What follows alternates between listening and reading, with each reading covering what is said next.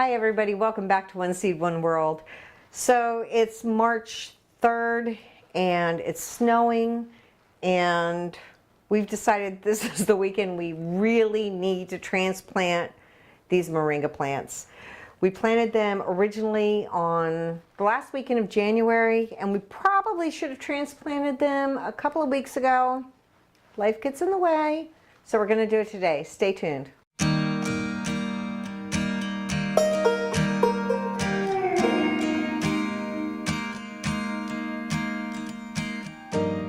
So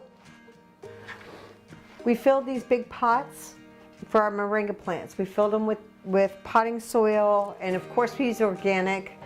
We don't want any of that crazy business in our potting soil. Anyway, we filled it and we put them in our greenhouses to warm them up because we have the grow lights in there. It still feels a little bit cool to me. I scooped out a very deep hole in the middle. We want the tap roots for the moringa to have plenty of room. We'll add some more potting soil as we need to. The moringa looks a little bit droopy. There's a couple of reasons this could be happening. It could be because we've got too many. We have two in this pot. It could be because it's too moist. It could be because it's too warm. Could be because it's not getting enough light. So hard to say. We're just learning here. It is what it is. We're going to go ahead and transplant and try a couple of things to see how it works out for them. We're going to put one moringa in each of these great big pots because we don't want that taproot to be to hit the bottom. So here we go. I'm just going to squish this pot and pull them out and try it that way. There's a lot of different ways I've seen people do it. I've seen them go down with those, what kind of diggers are those? They're the ones that are like, they're shaped like this. I don't know what they're called. Anyway, they bring them down and they go in and they just pull them out this way. I'm just going to use my hands for this. So let's see what happens.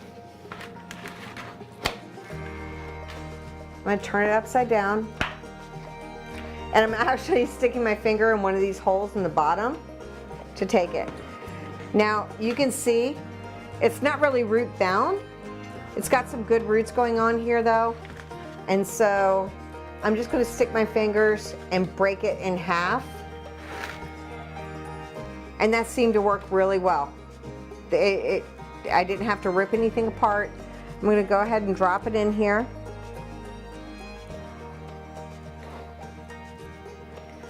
I'm kind of scooching it down a little bit. I don't want a whole lot of air holes happening here. And I'm using my hands. I can't show you, but I'm using my fingers to kind of dig the dirt around the bottom of the ball of dirt that I had with the moringa and fill in those air holes. And now I'm just scooching it around to fill it in. I'm thinking maybe I should get something to stand up in this dirt. I haven't decided yet. Let me grab some more dirt and add to it. It's just seed starting mix. I'm just going to use that to put it around the top.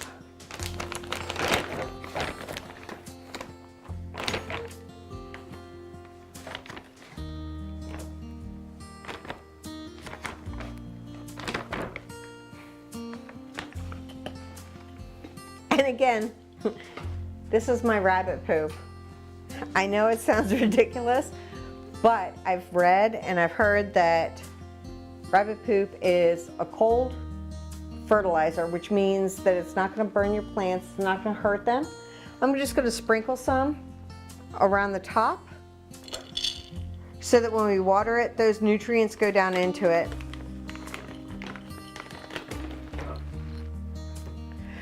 This one looks pretty good. So we're going to go ahead and transplant the rest of these. We have 3 more to transplant.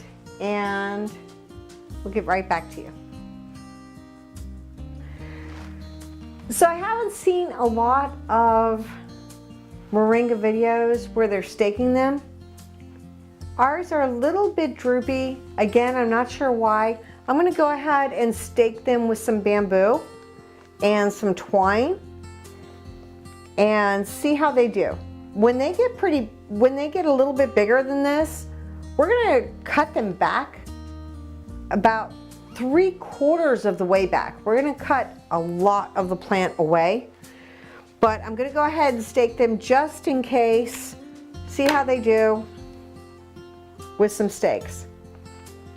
If you like these videos, if you want to see how the moringa does in the future, go ahead and like our videos and hit subscribe, and then you can keep track of how they do. Again, moringa is a really great superfood, and we're making these videos so you guys can see how to grow them yourself and take advantage of that. Thanks. We'll see you next time.